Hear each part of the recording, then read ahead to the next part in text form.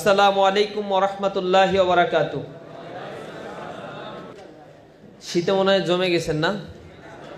সালামের উত্তরটা এখানে যত উপস্থিতি সেরকম হইল না।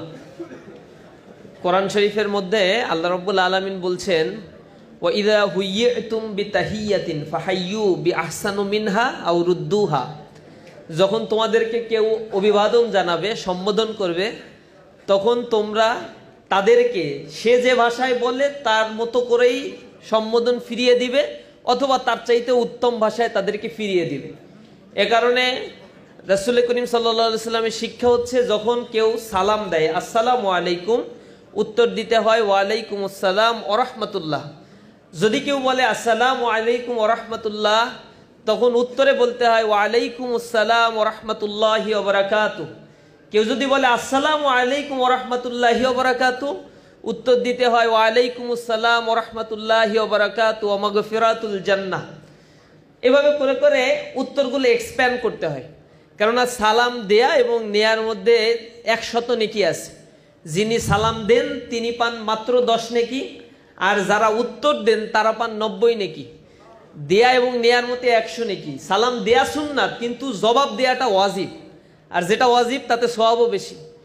তাহলে আপনারা বলবেন যে তাহলে সালাম দেব কেন? সালাম তো সবসময় নেয়ার জন্য বসে থাকবো।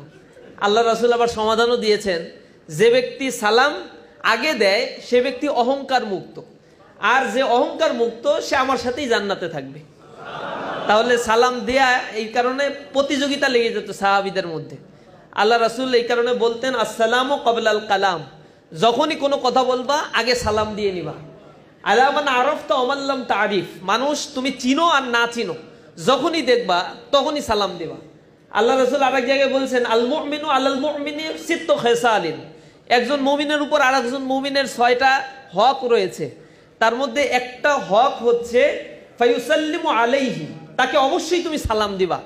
আমাদের ইসলামে যেটা শিখিয়ে দেওয়া হয়েছে যে তোমার উপরে আসসালামু আলাইকুম, তোমার উপরে আল্লাহর প্রশান্তি শান্তি বর্ষিত হোক, অরাহমা, এবং তোমার উপর রহমতও বর্ষিত হোক।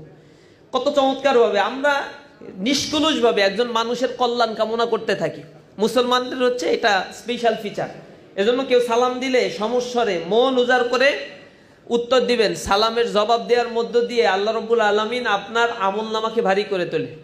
আসসালামু আলাইকুম ওয়া রাহমাতুল্লাহি ওয়া বারাকাতুহু।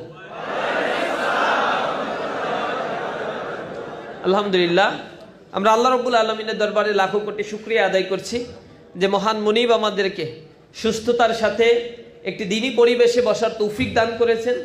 যে মজলিসে আসার জন্য ঘর থেকে বের হলে আল্লাহ রাব্বুল আলামিনের নির্দেশে রহমতের ফেরেশতারা তার নাজাতের জন্য দোয়া করতে থাকে, আবার যতক্ষণ পর্যন্ত না তারা বিচ্ছিন্ন হয়ে নিজ গৃহে প্রবেশ করে ততক্ষণ পর্যন্ত তার প্রোটেকশন আল্লাহ রাব্বুল আলামিনের এই ফেরেশতারা দান করতে থাকে। এবং এই ব্যাপারে বলা হয়েছে 7 শ্রেণীর লোককে আল্লাহ রাব্বুল আলামিন তার আরশের ছায়ার নিচে স্থান দিবেন। তার মধ্যে একটা শ্রেণী থাকবে এরকম যে ইজতামা আলাইহি ওয়া তাফাররাকা আলাইহি, তারা পরস্পর মিলিত হয় আল্লাহর সন্তুষ্টি অর্জনের জন্য, আবার বিচ্ছিন্ন হয়ে যায় আল্লাহর সন্তুষ্টি অর্জনের জন্য। এই ব্যক্তিকে আল্লাহ রাব্বুল আলামিন আরশের ছায়ার নিচে স্থান দিবেন। তো সেই কাতারে আল্লাহ রাব্বুল আলামিন যে আমাদেরকে শামিল করেছেন, এখানে আমরা কোনো আজগুবি গল্প করি না, কারো প্রশংসা ব্যক্তির প্রশংসা করে আসমানে উঠিয়ে দেই না।